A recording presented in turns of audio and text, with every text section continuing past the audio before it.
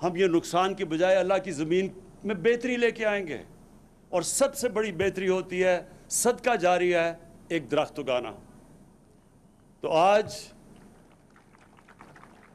ساری tiger force کو اور سارے پاکستان کے نوجوان اور ہماری ایڈمنسٹریشن جو بھی آج جنہوں نے شرکت کی، پھر سے میں ان کا پہلے تو شکریہ ادا کرتا ہوں اپنے ملک کی طرف سے، اور پھر آگے آپ کو یہ سمجھانا چاہتا ہوں کہ یہ صرف شروعات ہیں، یہ بڑی ایک لمبی اب جنگ چلے گی، لیکن شکر ہے کہ ہم نے یہ شروع کر دیا یہ راستہ اپنی زندگی بدلنے کا، اپنے ملک کو بہتر کرنے کا. اور پہلے تو ہم نے یہ ملک کو ہرا کرنا ہے، درخت اگانے ہیں. میں انشاءاللہ میں اپنی ایڈمنسٹریشن سے ملا ہوں، چیف سیکرٹری سے، کہ ہم نے شہروں کے اندر بھی کوئی ایسی جگہ نہیں چھوڑنی، کوئی خالی سپیس نہ ہو جدھر ہم درخت نہ اگائیں. اپنے ملک کو ہرا کرنا ہے.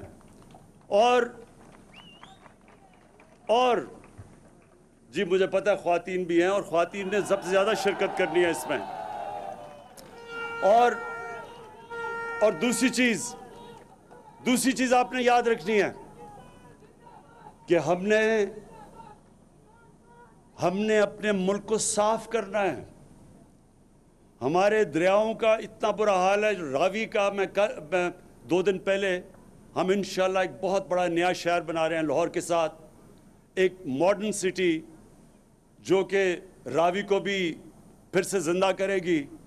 جو کہ لاہور کا پانی بالکل نیچے چلا گیا ہے اس کو واپس اوپر لے کے آئیں گے، جو ہم یہ نیا پلان لے کے آ رہے ہیں.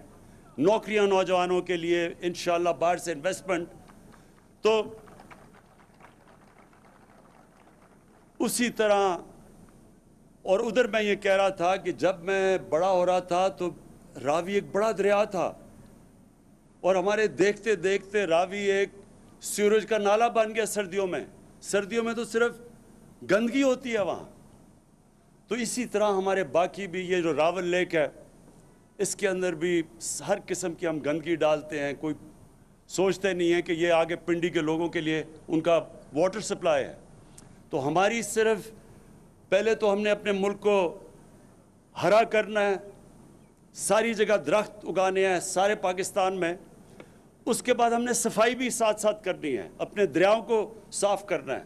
اور جب آپ درخت اگائیں گے تو جو ہماری ماحولیات ہے وہ بھی صاف ہوگی، پولوشن کم ہوگی. تو ہماری زندگی میں دیکھتے دیکھتے لاہور میں اب سردیوں کے اندر اتنی پولوشن ہے، سانس نہیں لیا جاتا لوگوں سے.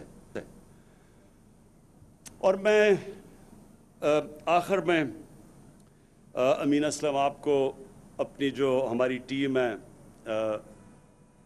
جو انوائرمنٹل منسٹری ہے ہماری، میں آپ سب کو آپ کو اس آج کے دن کی مبارک دیتا ہوں. عثمان ڈار آپ کو، کیونکہ آپ نے ٹائیگرز کو ساری جگہ آرگنائز کیا، آپ کو میں مبارک دیتا ہوں.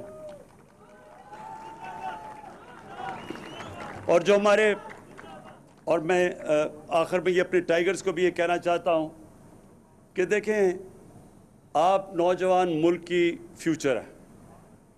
یہ جو آپ نے آج کیا یہ آپ نے اپنے مستقبل کو بہتر کرنے کے لیے، اپنے ملک کے مستقبل کو بہتر کرنے کے لیے کیا.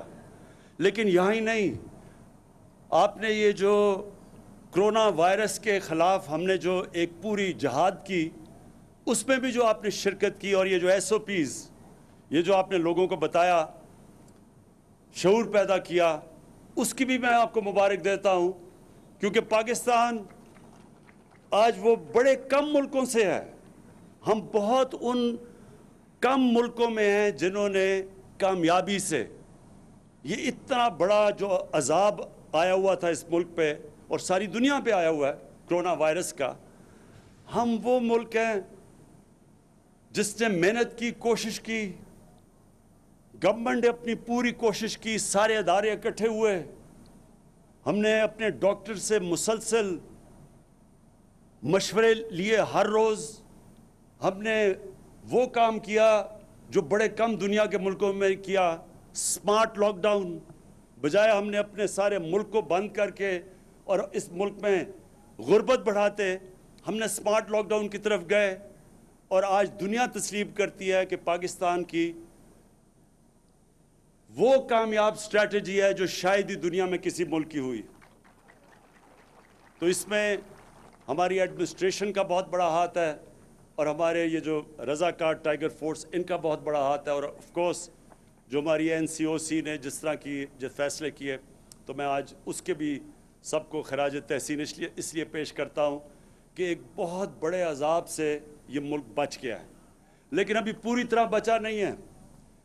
اس لیے میں یہ چاہوں گا کہ سارے پاکستانی جتنی جب باہر جائیں یہ فیس ماسک ضرور پہن کے جائیں. جدھر پبلک میں ہو, جدھر آپ ابھی اکٹھے جمع ہوئے ہیں, تو میں دیکھ رہا ہوں کئیوں نے نہیں پہنا ہوا, یہ ضرور پہنیں, کیونکہ اللہ نے اگر ہماری محنتوں کو نوازا ہے اور اس نے کرم کیا ہے اور ہمیں اس سے عذاب سے بچا لیا, تو اس کے لیے ہم یہ ناشکری کریں گے کہ اگر ہم فیس ماسک نہ پہنیں. اور ابھی بھی محرم آ رہا ہے, میں اپنے جو ہماری شیعہ کمیونٹی ہماری بھائی ہیں, میں سب کو کہنا چاہتا ہوں کہ اس میں احتیاط کی بہت ضرورت ہے. آج میں دیکھ رہا تھا ہمارے بالکل کیسز نیچے چلے گئے ہیں. کہیں ہم اپنی بے احتیاطی کر کے پھر سے اپنے اوپر عذاب نہ لے لیں. تو میں سب کو تاکید کروں گا کہ جب پبلک میں جائے ماسک پہنیں, اور یہ جو محرم آ رہی ہے اس میں احتیاط کریں.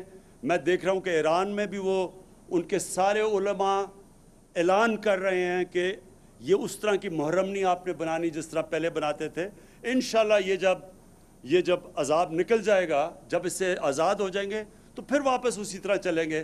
لیکن یہ احتیاط کا وقت ہے.